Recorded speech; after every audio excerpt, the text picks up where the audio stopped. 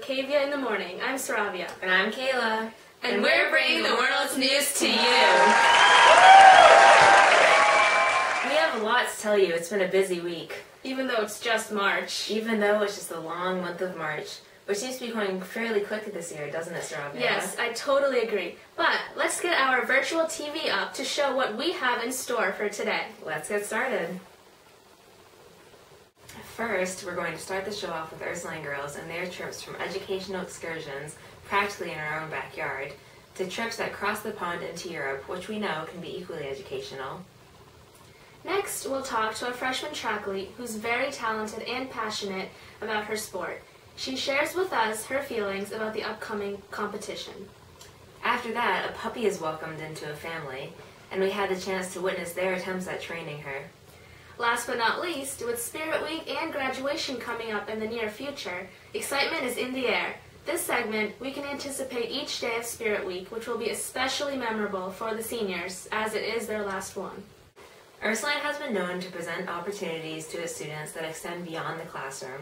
In fact, in the past year, there have been 2 AP Biology field trips, 1 Studio Art field trip, 1 Latin field trip, and many more to come.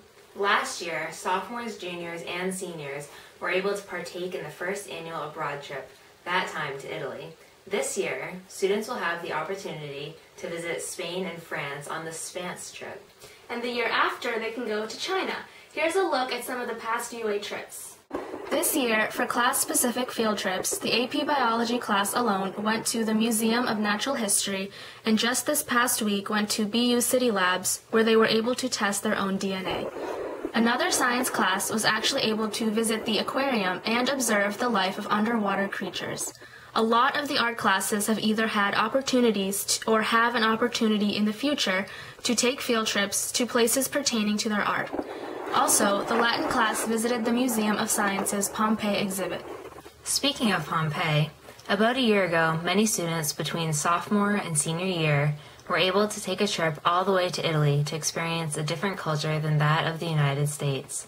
Many different cities, such as Siena, Florence, Assisi, and Pisa, and Vatican City, and especially Pompeii, were explored. Ursuline is giving girls the opportunity to go on many more of these trips in the future as they install their annual visit abroad each spring or winter break. This year, girls will be visiting the Eiffel Tower in France and the Spanish Steps in Spain, just to name a few. Next year, some girls will be visiting the exotic regions in China.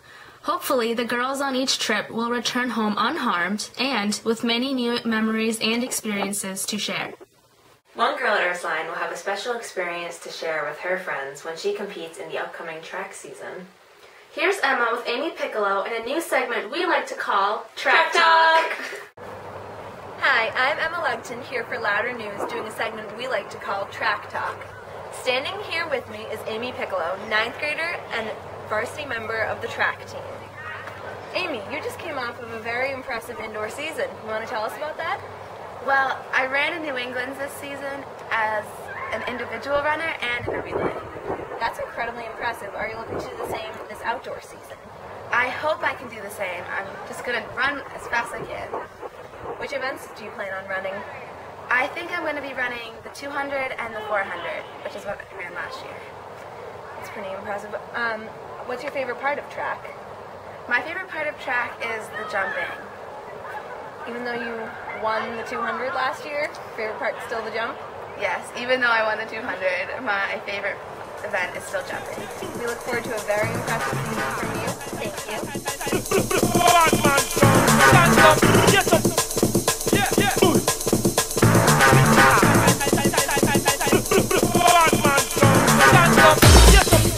I think she has a good chance to make it for this season. What do you think? Oh, she'll definitely make us proud. So I heard your family adopted a puppy recently. We did, actually. She's a little handful. She gets into everything, but we love her. What's her name? Her name's Molly. She's a little black lab, and she's really smart and active. She loves to be outside, but she doesn't really like to listen. Wow, she sounds like a handful.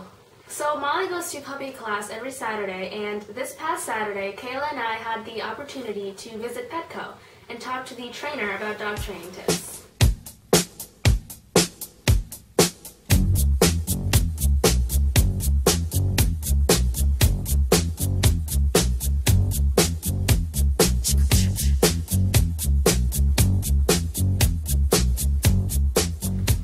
One thing the trainer said is that it's always good to reward a dog for good behavior, and that when he or she is acting up, you have to scold them or simply ignore them, not touch them or give them any attention.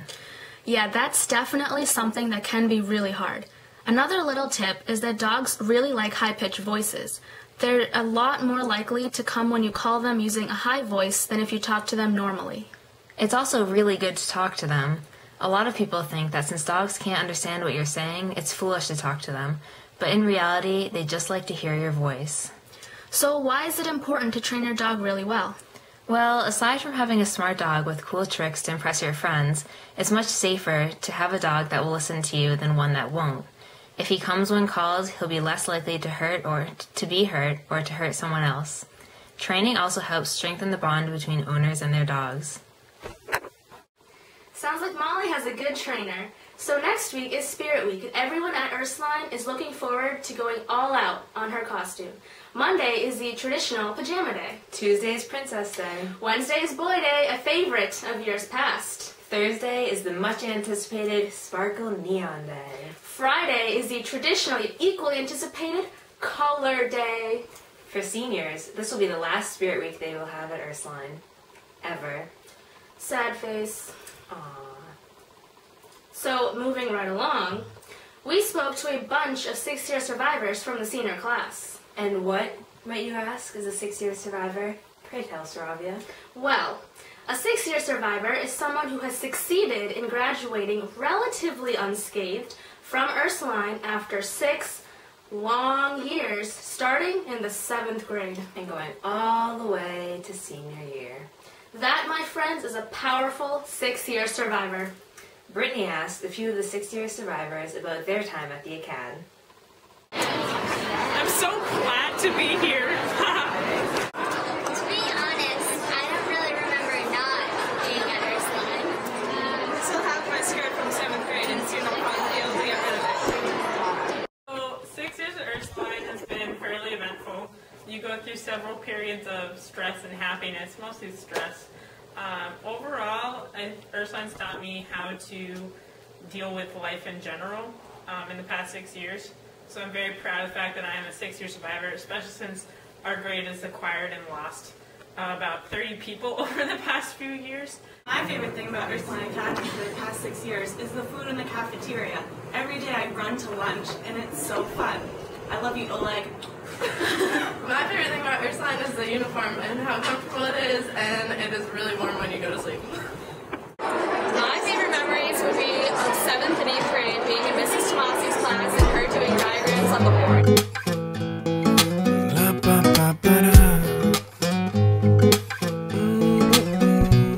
My experience tells me the river flows from north to south with an undertow, and 20 million people sing hallelujah to all kinds of things, and I still don't know just where we're gonna go.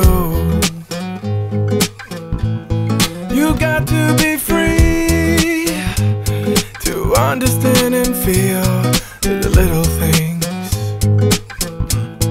And is it just me who swears that life is just a simple melody? Oh yeah, so run, run, run underneath my pillowcase and come closer to me, yeah. If life has taught me anything, it's all about the little things